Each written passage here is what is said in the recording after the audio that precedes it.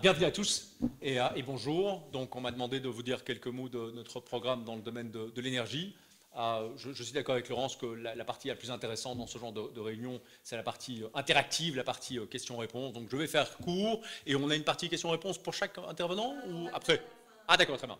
Donc, en gros, la situation de l'énergie, j'ai enregistré récemment une capsule avec le professeur Samuel Furfari. Elle est très simple en Belgique, elle est catastrophique. C'est-à-dire que si on regarde les engagements qui sont pris par nos voisins, la France a réinvesti massivement dans le domaine de l'énergie nucléaire. Le gouvernement néerlandais qui vient d'être installé a décidé de bâtir... Il faut savoir que les Néerlandais étaient très anti-nucléaires jusqu'il y a quelques années.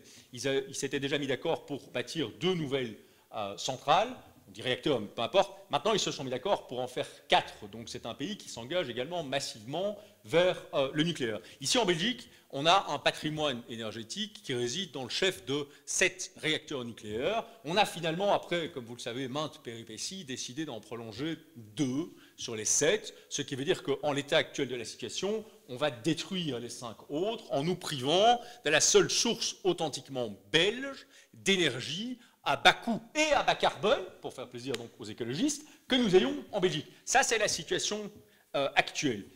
Alors, le gouvernement Vivaldi a proposé d'investir de l'argent dans les nouvelles technologies nucléaires. Mais en même temps, il a refusé, nous, la NVA, on l'a proposé à des dizaines de reprises, d'abroger la loi de 2003 qui programme encore aujourd'hui la destruction du patrimoine nucléaire civil belge. Donc, il y a là une sorte d'incohérence, mais qui est fatale, parce que ça a des conséquences. Quelles sont ces conséquences? L'énergie que nous payons comme industrie belge, comme entreprise belge, et d'abord et avant tout comme famille belge, est plus chère en Belgique que dans tous les autres, sauf l'Allemagne. Eux, ils sont encore plus mal embarqués que nous, si c'est possible. Donc que dans tous les autres pays européens. Et 5 fois plus cher que ce n'est le cas, par exemple, aux États-Unis. Donc là, il y a des conséquences à tout ça. Ce que je veux dire, c'est que cette espèce de bourbier politique dans lequel on se trouve dans le domaine de l'énergie a des conséquences bien réelles pour toutes les familles belges, toutes les entreprises, toutes les industries belges.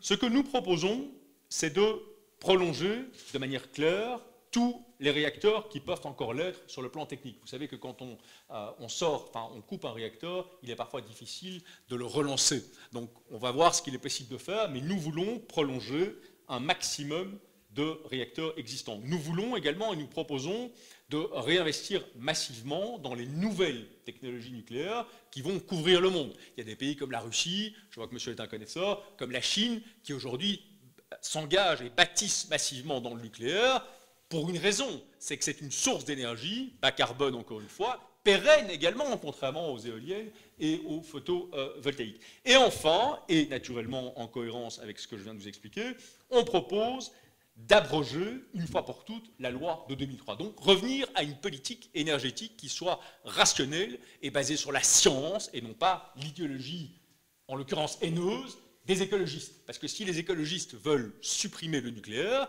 c'est parce qu'ils le détestent. Ils considèrent que le nucléaire, c'est en quelque sorte faire mal à Gaïa.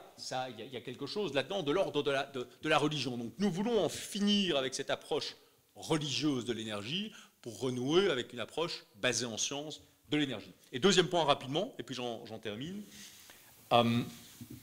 quelle est la grande alternative finalement à notre programme dans le domaine de l'énergie? C'est le programme des écologistes en Belgique, au niveau européen, dans des pays comme l'Allemagne. Ce que eux préconisent et proposent, c'est 100% renouvelable, c'est-à-dire un mix énergétique qui soit basé exclusivement sur le soleil et sur le vent. Alors quand on pense à un pays comme la Belgique ou l'Allemagne, le soleil, c'est quand même quelque chose d'assez théorique. On s'en rend compte quand même depuis 7 mois. Je ne sais pas si vous avez beaucoup vu le soleil briller, on en parlait avec madame tout à l'heure, avant de se réunir. C'est quelque chose, effectivement. Surtout, ce sont des énergies qui sont intermittentes.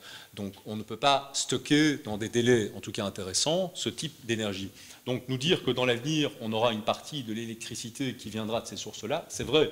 Et nous, comme NVA, on y est, dans une certaine mesure, favorable. Par contre, l'idée qu'on va se chauffer et qu'on va permettre aux entreprises, notamment de la chimie, où on reste fort puissant, notamment du côté flamand, de fonctionner avec de l'éolien, du photovoltaïque qui est intermittent, c'est évidemment un grand mensonge. Donc l'idée, le programme d'avoir 100% de renouvelables en 2050 est un pur mensonge. C'est vraiment une vision sectaire de l'énergie qui ne peut pas advenir. Donc c'est un projet alternatif au neutre qu'il faut respecter parce qu'il est différent, mais on peut montrer qu'il est basé sur de l'antiscience. Nous voulons, à la fin de la journée ou à la fin de l'histoire, renouer avec une vision qui soit strictement rationnelle, basée en science et dans l'intérêt des familles dans le domaine de l'énergie.